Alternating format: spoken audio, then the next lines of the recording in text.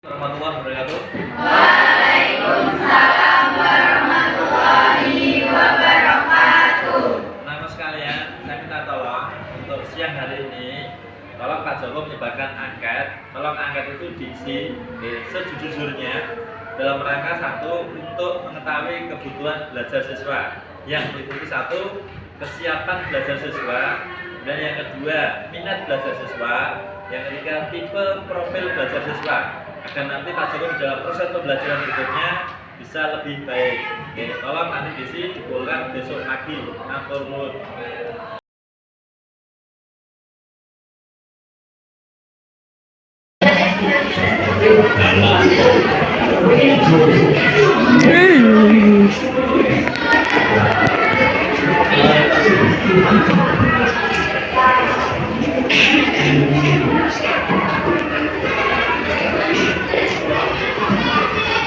Assalamualaikum warahmatullahi wabarakatuh. Waalaikumsalam warahmatullahi wabarakatuh. Alhamdulillah, gimana kabarnya teman sekalian?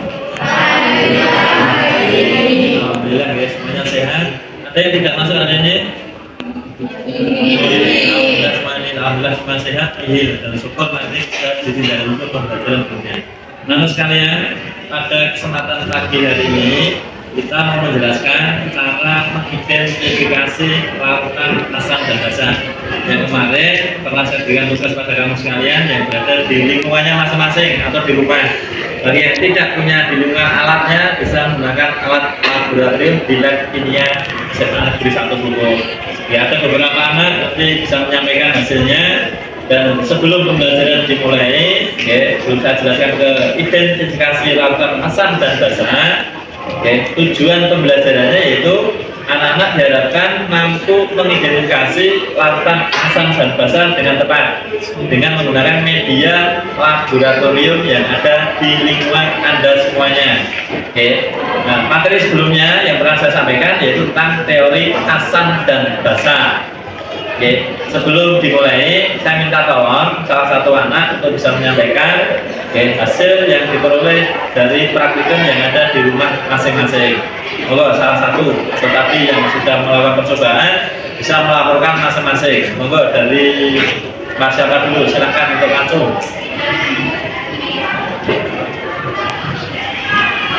Saya telah melakukan verifikasi air hujan di rumah menggunakan kertas lakmus merah tidak berubah warna, sedangkan kertas lakmus biru berubah warna menjadi merah. Dari identifikasi tersebut dapat saya tarik kesimpulan bahwa air hujan bersifat asam. Oke. Terima kasih Mas Roman. Hasil yang sudah dilakukan di rumah, di mana kamu menguji larutan dari air hujan menggunakan indikator kertas lakmus. Dan tadi Mas Roman menyimpulkan bahwa air hujan bersifat asam. Kenapa dikatakan asam? Karena lakmus merah tetap berwarna merah, lakmus biru berwarna menjadi merah. Mungkin ada yang lain, mungkin bisa memberikan ilustrasi atau jawaban yang lain. Monggo. Sekarang yang kedua, siapa yang uji menggunakan indikator alam? Oh, Bayu, monggo Bayu. Saya meneliti air sabun yang dicampurkan menggunakan media kunyit, dan dari situ saya menghasilkan air yang berwarna kuning kecoklatan. Dari situ saya simpulkan bahwa air tersebut bersifat basah.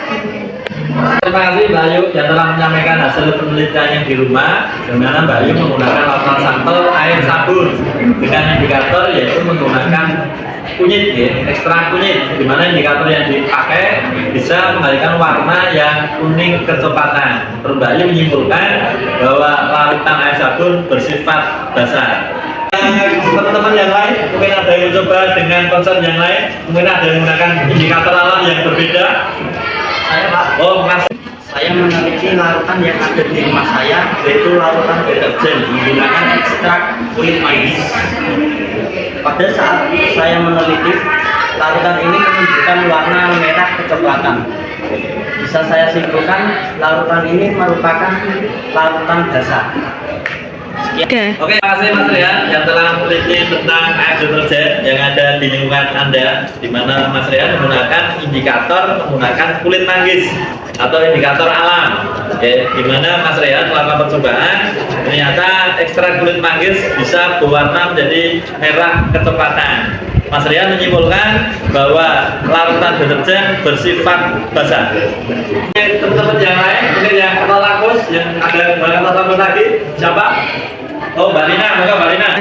Saya menguji air kapur menggunakan kertas lakmus yang menghasilkan lakmus merah menjadi biru, lakmus biru tetap menjadi biru. Sehingga saya dapat menyimpulkan bahwa air kapur tersebut larutan yang bersifat basah. Oke, terima kasih Mbak Lina yang telah memberikan laporannya tentang uji praktikum yang ada di rumah, di mana Mbak Lina menggunakan larutan air kapur, di mana Mbak Lina menggunakan indikator kertas lakmus yang pinjam dari sekolah. Dan ternyata setelah diuji pakai lakmus merah berubah menjadi biru, sedangkan lakmus biru tetap berwarna biru. Dan Mbak Lina menyimpulkan bahwa larutan air kapur bersifat basah. Monggo untuk yang lain. Saya meneliti di rumah dengan air aki menggunakan indikator universal. Dapat ditarik kesimpulan larutan aki memiliki pH 5 sehingga bersifat asam. Oke, terima kasih Mbak Dewi yang telah meneliti larutan yang ada di rumahnya menggunakan indikator universal dengan cara mencocokkan warna dengan tabel yang tersedia. Ternyata larutan yang diuji menghasilkan pH sebesar 4. Berarti larutan yang diuji bersifat asam. Oke, mungkin yang lain, mungkin dari yang menggunakan indikator yang berbeda atau mungkin yang menggunakan indikator atau larutan indikator yang ada di laboratorium. Monggo. Apa? Saya menguji air selokan dengan indikator PP menghasilkan warna tidak berubah. Nah, bisa disimpulkan bahwa air selokan tersebut merupakan bersifat asam. Terima kasih Mbak Mel Mesara yang telah menyampaikan dari laporan praktikumnya, di mana Mbak Mel menggunakan air selokan dengan menggunakan indikator PP atau fenolphthalein. Ternyata setelah diuji oleh Mbak Mel, ternyata memberikan warna yang bening atau tetap. Berarti artinya disimpulkan oleh Mbak Mel Mesara bahwa larutan selokan bersifat asam karena indikator PP tidak memberikan perubahan warna yang berarti. Oke, terima kasih Mbak Mel. Oke, kesimpulannya sudah betul dan meyakinkan atau nul. Oke, mungkin dari teman yang lain yang menggunakan larutan indikator. Oke Mbak. Saya Nida Hidayatullah Qadiyah. Di lab sekolah saya menguji air cuka dengan menggunakan larutan metil merah dan menghasilkan warna merah. Dapat disimpulkan hasil larutan tersebut bersifat asam. Oke, terima kasih Mbak Dita yang telah melakukan percobaan menggunakan larutan sampel air cuka yang ada di lingkungan atau yang ada di buku di sekitar rumah Anda. Telah dicek dengan indikator metil merah memberikan warna merah yang agak gelap. Ternyata larutan itu menunjukkan larutannya bersifat asam. Oke, terima kasih. Kesimpulannya juga alhamdulillah cukup bagus dan betul. Oke, mungkin yang lain indikator atau mungkin indikator universal yang belum. Saya telah meneliti larutan KOH menggunakan pH meter yang ada di laboratorium sekolah.